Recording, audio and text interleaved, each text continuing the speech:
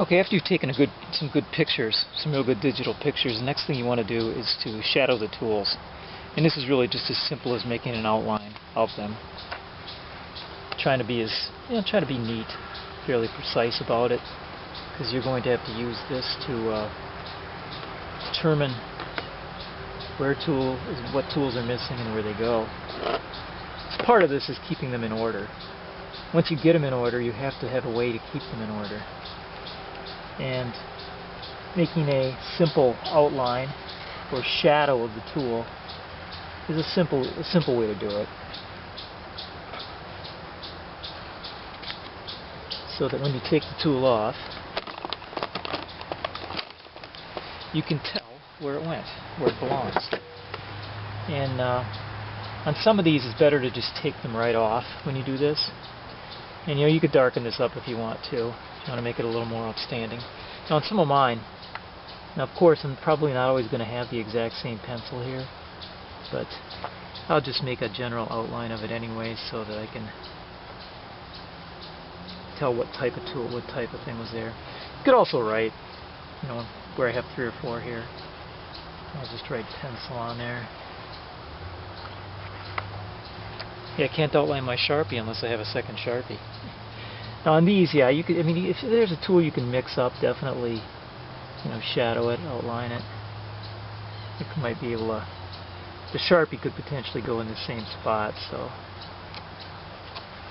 I'll probably just put center punch here. Punch. This is just an aid to make sure you get the tools back where they belong. And like I said, you take a nice digital picture. It's also an excellent method. I'm not going to show you myself outlining all these, but I took some digital pictures of all sides of this box, and I'm going to put those in a very tasteful manner on the outside of the box so I can tell what's inside at a glance. Okay, so here they are, both boards done. I've got them shadowed.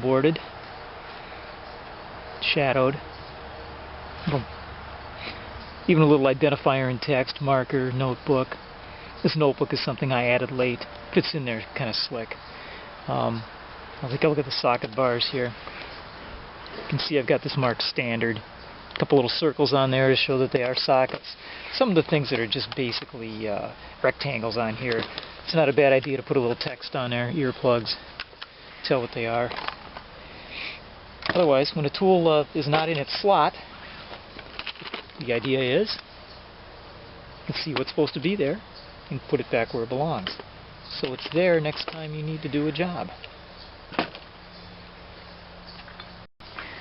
Okay, I just want to point out one other little detail. I'd like for these 2 tool caddies or pegboard stands to go into the same orientation inside the box.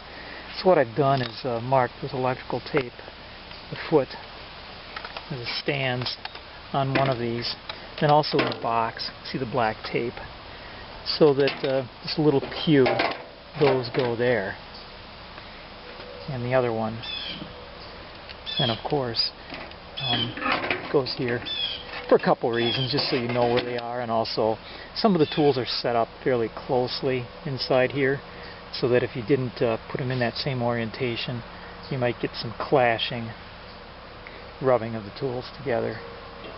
As you can see now, even with these handles on top, we left that little bit of 4mm space on top so that the box still closes just fine with those on top of there. So for kind of a final touch, purely unnecessary, but I like to do this. Just took a digital picture of each side of the board, 5x7 prints, 2 to a sheet. Then I just have some sheet protectors here that I cut to size. And I'm just going to put some double stick tape on the back of this and tape them up, kind of oriented toward where these tools are. This will be the one board, the other board on the other side. This helps me keep these apart from other toolboxes that I have. I know what's in this one from the outside without even popping it open. And as you can see, I have these mounted on here now. And if you ever have to change them, you can pull them out too. I made a provision for that. They're in the bottom of these sheet protectors. Just cut off the bottoms of some sheet protectors, Put them in there. Okay, everything's in order. I just don't have any work to do right now. I almost wish I did. Okay, so we've organized our toolbox. Remember the mess we had in the beginning? And I couldn't find a simple needle nose pliers in my box. Well, we've taken a little bit of time. I'm saying maybe 2 or 3 hours of actual work here. Build a couple of stands that will stand up outside the box. Mount roughly 30 tools on it. And when all is said and done, and I need needle nose pliers, there it is. Thanks for watching.